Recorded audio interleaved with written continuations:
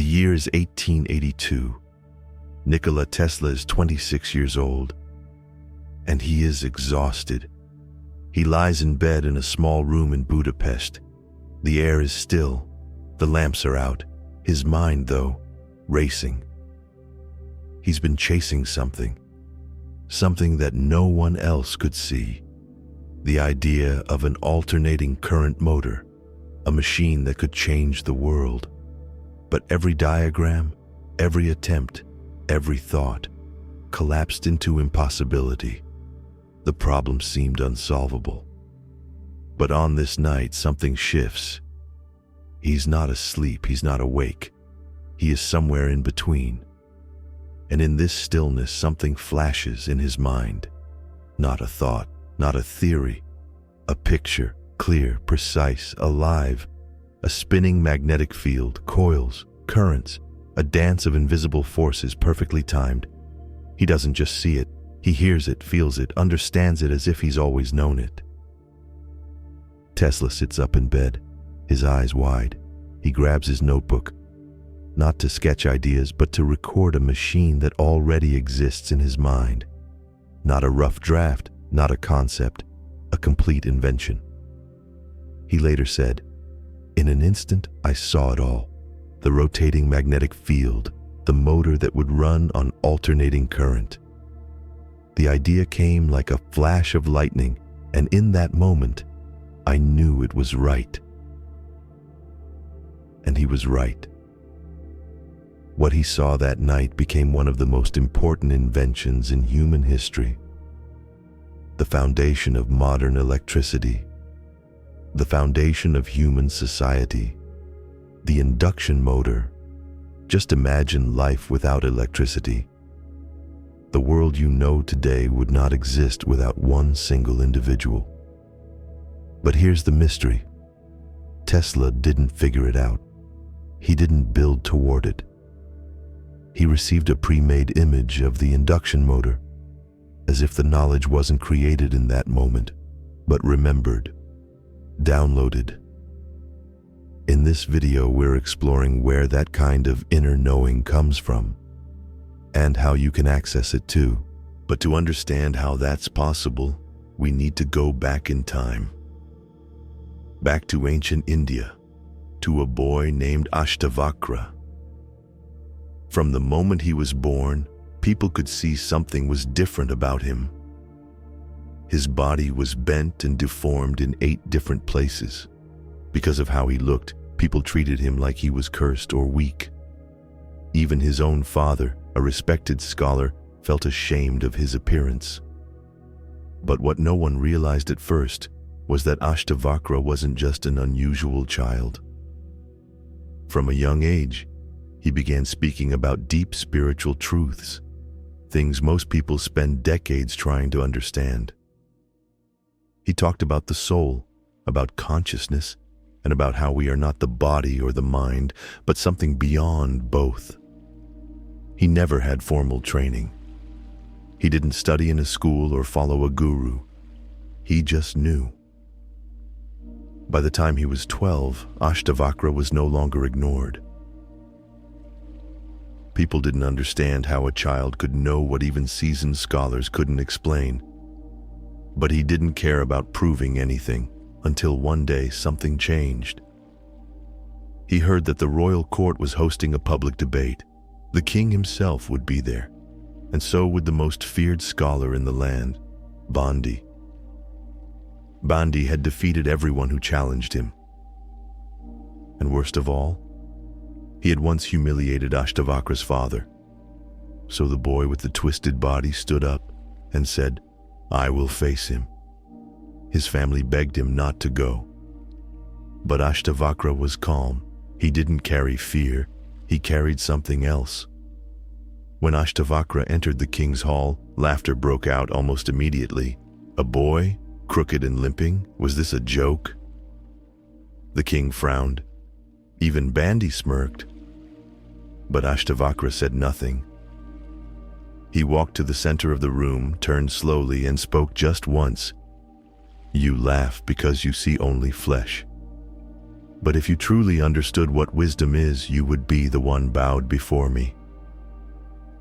The hall fell silent. And then the debate began. For hours, Ashtavakra answered every question, not with arguments, but with clear, undeniable truth. He spoke of what lies beyond the senses, beyond illusion, beyond the ever-changing world. He didn't pause. He didn't struggle.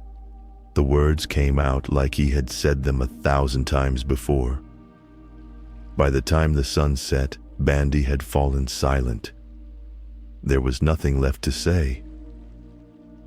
The king stood up, and for the first time in the kingdom's history, everyone bowed to a child. Ashtavakra didn't become great. He didn't rise through training or experience. He walked into that court already carrying what he needed. And in that moment, the world simply caught up. In Hindu philosophy, the story of Ashtavakra isn't just about a gifted boy. It's meant to illustrate a deeper concept, the idea of samskara. Samskara refers to the mental and emotional impressions left behind by past experiences, especially from previous lives. Every action we take, every thought we repeat, and every lesson we learn creates an imprint on our consciousness. These imprints don't disappear when the body dies. According to Hindu teachings, they carry over into future lives. Samskaras aren't memories in the usual sense. You don't consciously remember them like past events from this lifetime. Instead, they shape your personality, your instincts, your interests, and sometimes even your natural skills. Imagine each life as writing on a chalkboard. When you're reborn, most of the writing is wiped away, but not all of it.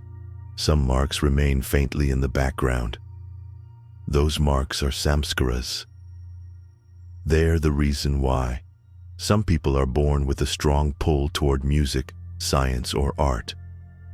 Others feel deeply connected to spiritual ideas from a young age. A child might show emotional maturity or clarity far beyond their age. In Hindu philosophy, the soul is always moving forward, lifetime after lifetime. Each time it returns, it brings these subtle patterns with it. And in the right conditions, those samskaras can begin to show themselves again. They can guide your talents, your intuition, and your path, often without you realizing where they come from. I want to teach you how to identify and leverage your own samskaras, because what's fascinating is that the idea behind samskara is not just found in Hindu philosophy. Versions of this concept appear all across the world, in many different cultures, time periods, and spiritual traditions. It seems that wherever humans have paused to reflect on who they are, they've come to a similar understanding, that we are more than just this life, and that some part of us remembers more than we've been taught. In ancient Greece, the philosopher Plato wrote about the soul's journey through many lifetimes. He believed that learning is actually remembering, that the soul already knows, and education is just helping it recall what it once understood. The soul, through repeated incarnations, carries knowledge from past lives. True learning is remembering. Even Pythagoras, known for his work in mathematics, believed in reincarnation and claimed to remember details from his previous lives. In Buddhist philosophy, the soul is seen as a stream of consciousness that continues through countless lifetimes. What you carry forward isn't just karma, it's also your tendencies, your wisdom, your potential. Many indigenous cultures also carry this understanding. They saw children who showed unusual traits not as strange, but as elders returning in new form. This tells us that the idea behind samskara, this deep, invisible memory of the soul, is not isolated. It's not just a spiritual theory from one region of the world.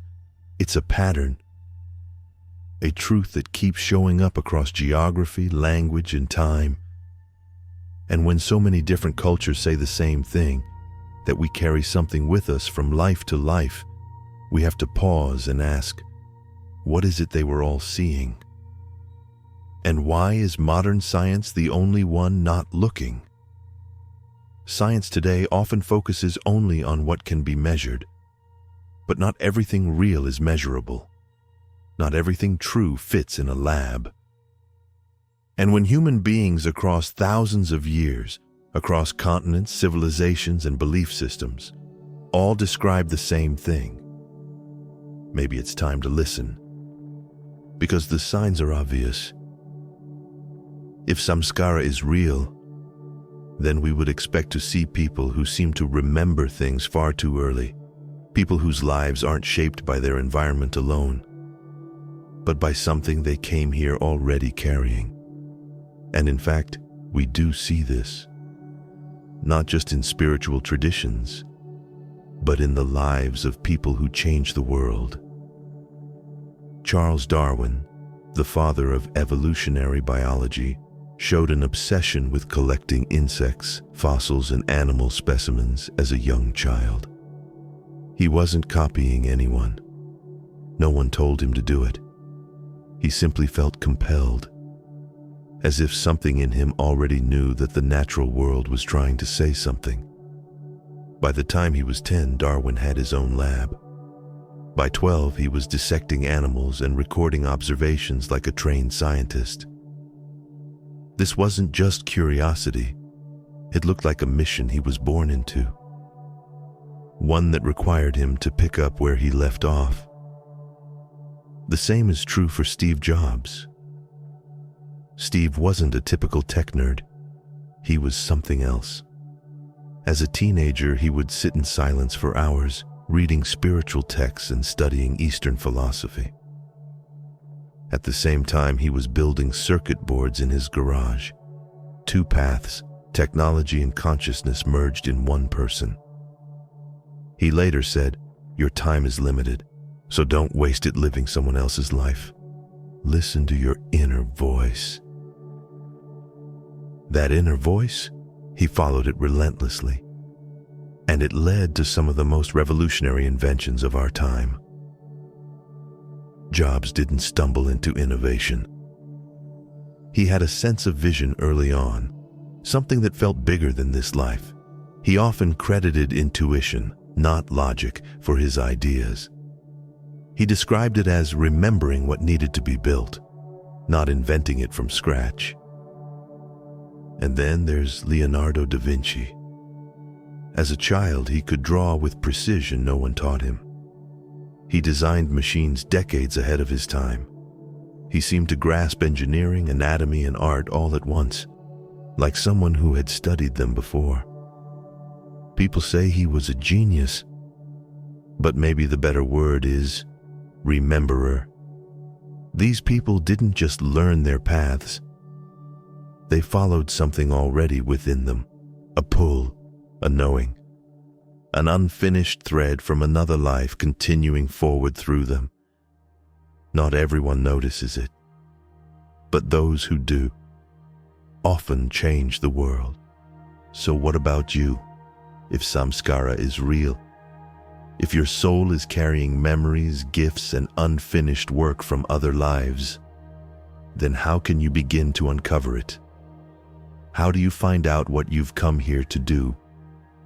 The first place to look is your earliest years, before the world told you who to be. Ask yourself 3 questions. What fascinated me as a child, even if no one else understood it? What did I do effortlessly before anyone taught me how? What felt strangely familiar even though it was new? You're not just looking for hobbies, you're looking for patterns, those moments where something felt bigger than you, deeper than random curiosity. Many people ignore these early signs because they seem childish, impractical, or disconnected from real life. But in Hindu thought, those childhood attractions could be the echo of a samskara, something your soul has already practiced, refined, or loved in another life. And sometimes Reconnecting with those clues is like turning the key in a locked door. Suddenly, your life's path starts making sense. Next, pay attention to what moves you, not just mentally but emotionally. You might feel pulled toward a particular field, cause, or subject, something that lights up your entire system when you think about it. Even if you've never worked in that area before, the feeling itself is a clue. It often points toward a samskara that's trying to reawaken, something your soul already knows how to do. That inner pull, that emotional charge, don't ignore it. It's not fantasy, it's memory. But here's the challenge. Modern life is noisy. It constantly fills your mind with distractions, expectations, and surface-level thinking. To reconnect with deeper layers of self, you need silence. You need stillness. This is where mindfulness and meditation come in. It helps you to recognize that your inner compass is already shaped by what your soul has been through. Meditation gives you access to that inner compass, not by thinking harder, but by listening deeper. If you'd like a simple guided meditation to help reconnect with your deeper knowing, leave a comment below, like and subscribe.